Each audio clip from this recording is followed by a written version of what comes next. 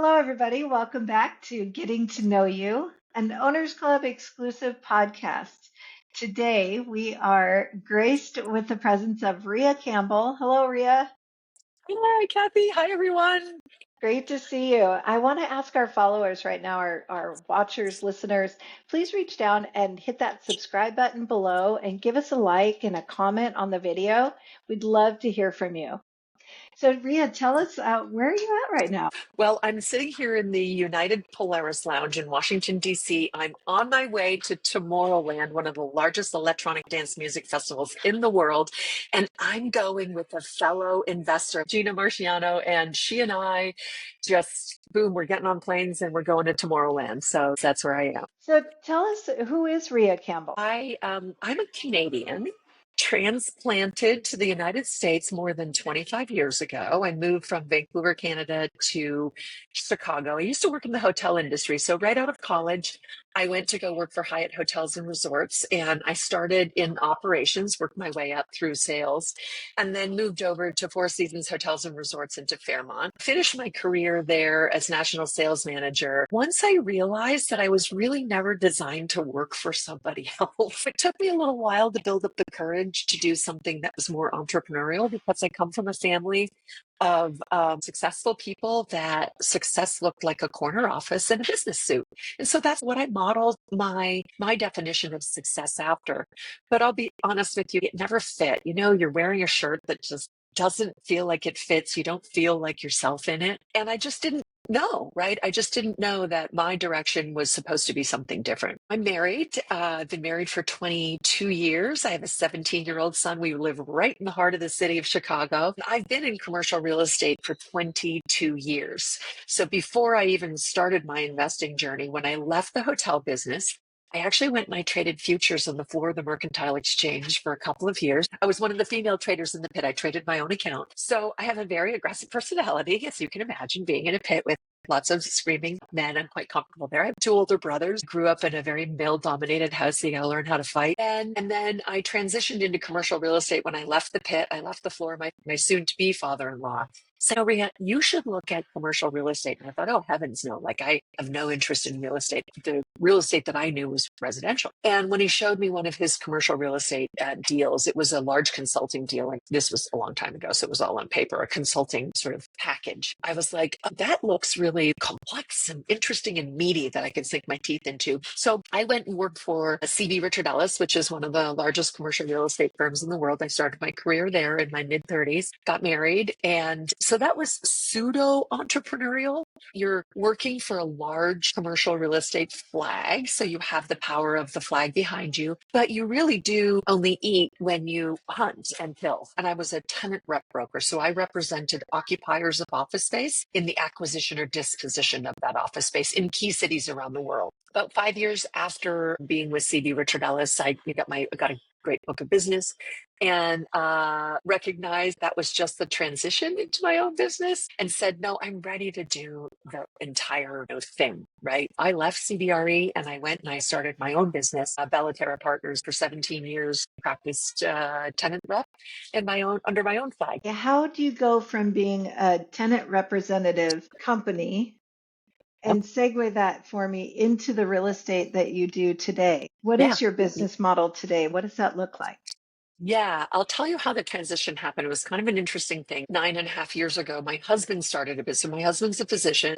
He's an academic. He's from the University of Chicago, a very, very smart man. 26 years after, running the primary care group there, he was assistant vice president of student and health services. I had already had my business up and running for many, many years. And he said, Rhea, I want to start my own business. And I was like, let's go. Absolutely. I'm the business oriented person. He is not. He's a caregiver.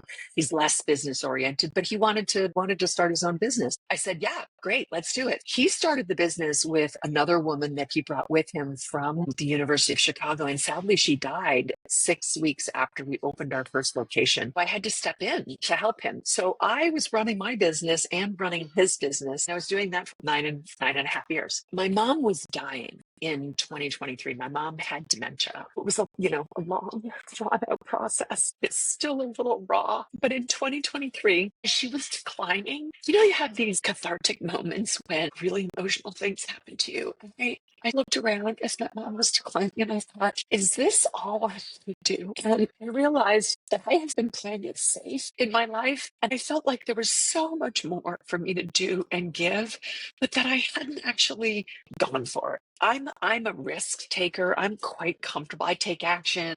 The reason I'm comfortable with risk is I'm never going to go hungry and I'm never going to be homeless. I know that. You teach a woman to fish, she's never going to go hungry. I know Yes. that. I can fish. The zombie apocalypse can come and eat all the other families in the United States, and my family's going to survive, right? Because I'm going to put the little backpack on and we're going to subsistence live. I have that mentality. So I looked around and I thought, oh, good heavens, is this all I'm going to do? There's so much more for me to do, to give. I need to get busy. I found Pace Morby, as many of us did. I knew about seller finance. I heard about Sub 2. I looked it up and I was like, yeah, that's a thing. I'd never joined a mastermind. I'm a lone wolf. I don't even have a lot of friends. It's my husband, my son, and myself. But I'm a very social person because of the career that I had chosen, tenant rep. It's very aggressive. I was solo. It's just the way I had grown up through that particular career choice. So I joined his group, his community, right? And I thought, I'm going to do everything he tells his group to do.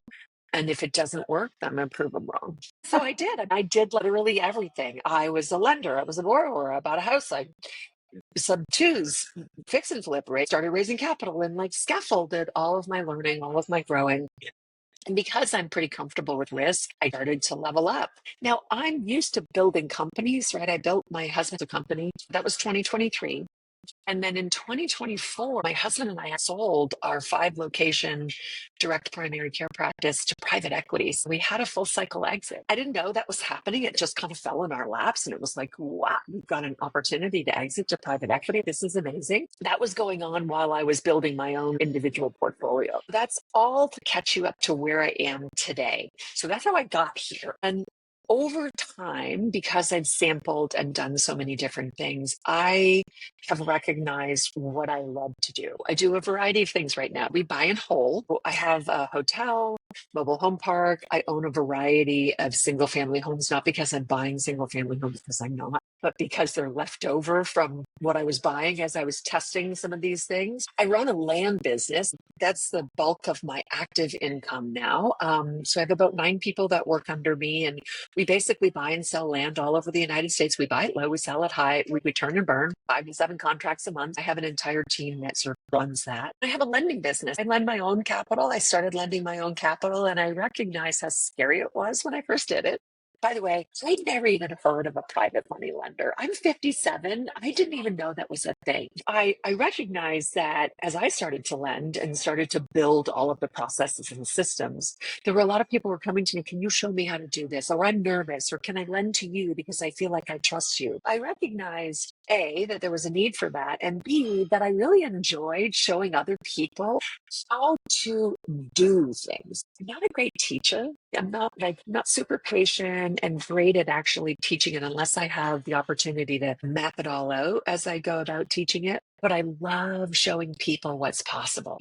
I'm a little older. I have some money, so I'm really comfortable swinging it around. I recognize that if I make myself a big target, a beacon for others, that there are young women and men who look at me and go, well, maybe I could do what she does. Yes, you can.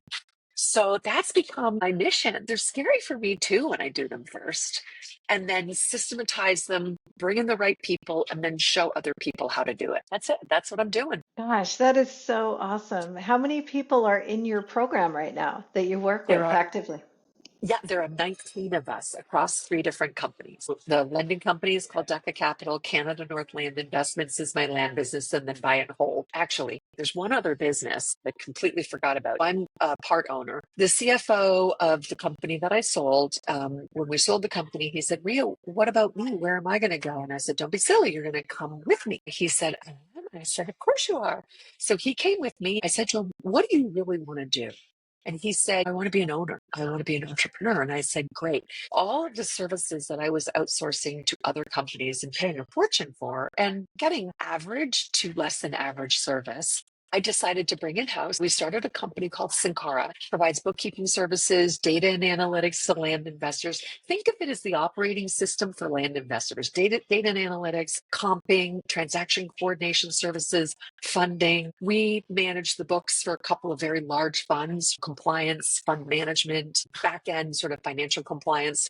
They provide all of those services to all of my companies, but also to other land investors and other investors. You know, when you look at like the books or the data and analytics for land investors, like we have to handle our books very, very differently. And a lot of times standard bookkeepers don't understand, how do we handle this? Do we do it one property at a time? Is it a syndication? Is it a fund? Do we need a separate set of books? What about compliance? What's our cap table? What are our investors? There's a lot to it. That's the other company that's half owned by my partner. Yeah. And they all link into one another. We fund other land investors' deals because we're funders, but we're land investors. So we borrow and we lend. And when we lend, we need transaction coordination because only our team handles all of that. I don't trust anyone else. So that goes to Sankara. We do the books for all of my entities, but we do the books for other land investors and other investors. When I'm buying and holding, how am I funding some of that? I might fund it through my fractional community who might be lending on transactions of mine or transactions of yours. Sometimes I'm lending personally, sometimes I'm borrowing. It's this wonderful symbiotic opportunity to create kind of this back and forth flow, not just between my companies, but also to be able to serve the people that are in my community, in my network. I love nothing more. All the business I do is with people I know. I borrow from friends. I lend to friends. I do business with friends. They're my partners. They're coming with me to the EDM festival. We're going to share a tent. It's crazy and wonderful and amazing. I now know how you and Pace found each other because it's the same frequency. It Pace is. and his communities here and Rhea and her communities here. You guys are two amazing orbs in the same universe. Well, I got to tell you something. I don't know where Pace Morby came from, but all I do is I copy him. Once I realized how connected I felt to him and what he was doing, I do the exact same thing that he does. I'll give you an example. Fractional. This is a platform where you can pool capital compliantly in an investment club, and they create one LLC. Everybody has to have an active role, and then you can use that to help lend. Mine is like a debt fund. It's not a fund, it's a club. And we can borrow from it, we can lend, I can help lend, and I bring all of the deals, the deal flow. So either I'm lending on it personally, or sometimes when I run out of money, I can bring it to fractional. There's all sorts of things. Well, Pace was raising this $1 million club, and I thought, well, he's doing $1 million club. I'll do $1 million club. I raised $1 million. And then I saw him, he was doing a $2 million club. And I was like, well, I'll do a $2 million club. I mean, he's incredibly successful. He's cracked the code for tons of things. I don't need to question it. I just do what he does. Just, oh, guess what he's doing now? I guess I'll just go and try and do that. And then I do, and then it works, and it's all good. This is really important that I want the listeners to hear. None of this is a straight line. I've had bad deals. I've had bad borrowers. I've lost money. I've been in frustrating situations. I've had sleepless nights. I've cried with other investors. I've laughed with other investors. I've had wonderful experiences and horrible experiences, all packaged into one. It's really important that everybody knows this because you're leveling up and growing. And when we hear stories, we're more likely to say how amazing it is. But I want everyone to know my line has not been straight either.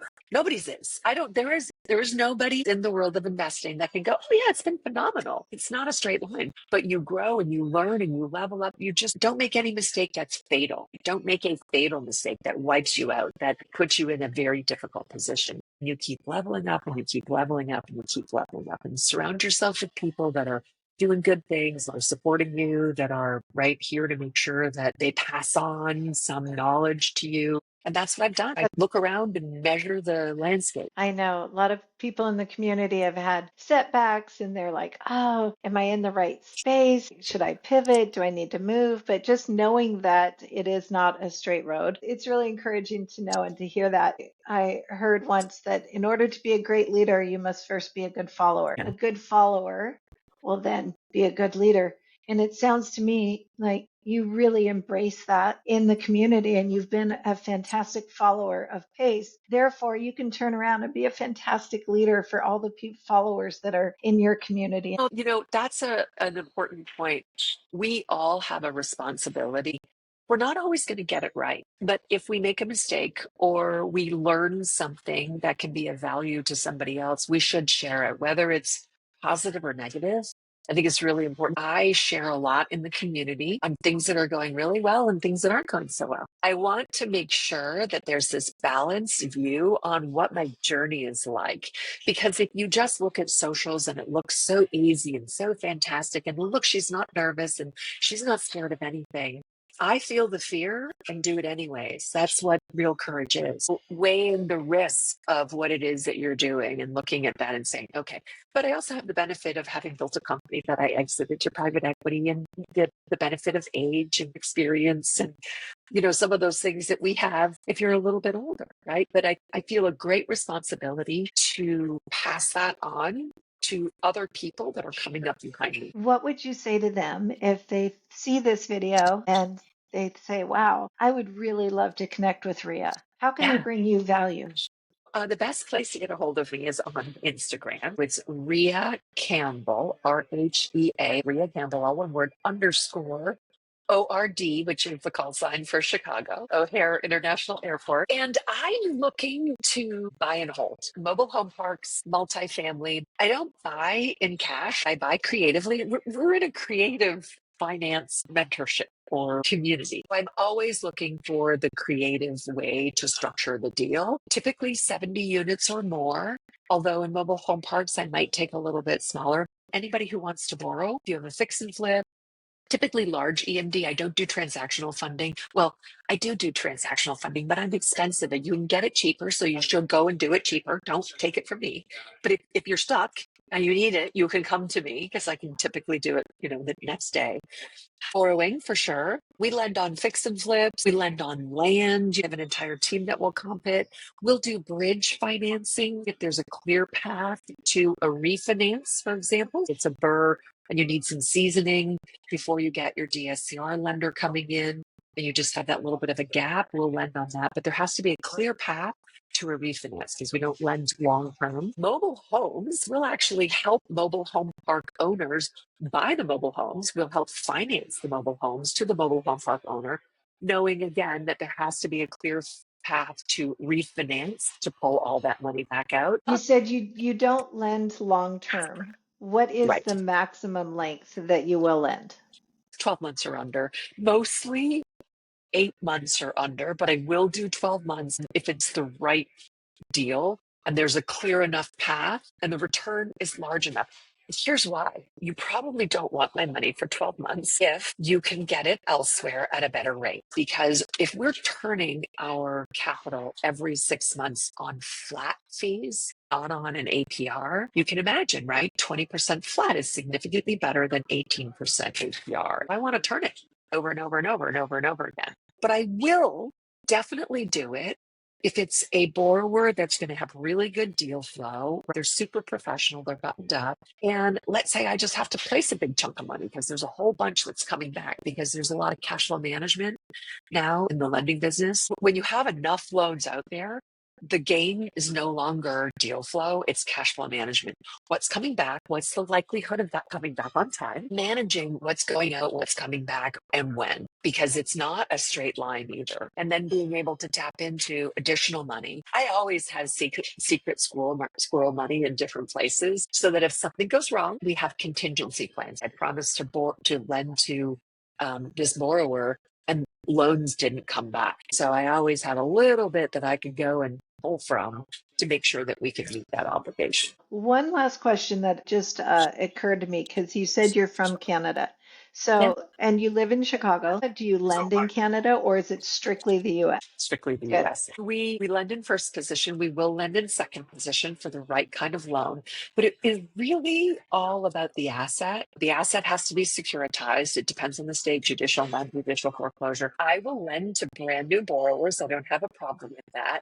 But I'm going to be looking at if I'm lending in first position or second position to a new borrower, because new borrowers or new investors have not been battle scarred with things that go wrong. So when things do go wrong, they might not have the same ability to pivot fast to get out of a situation.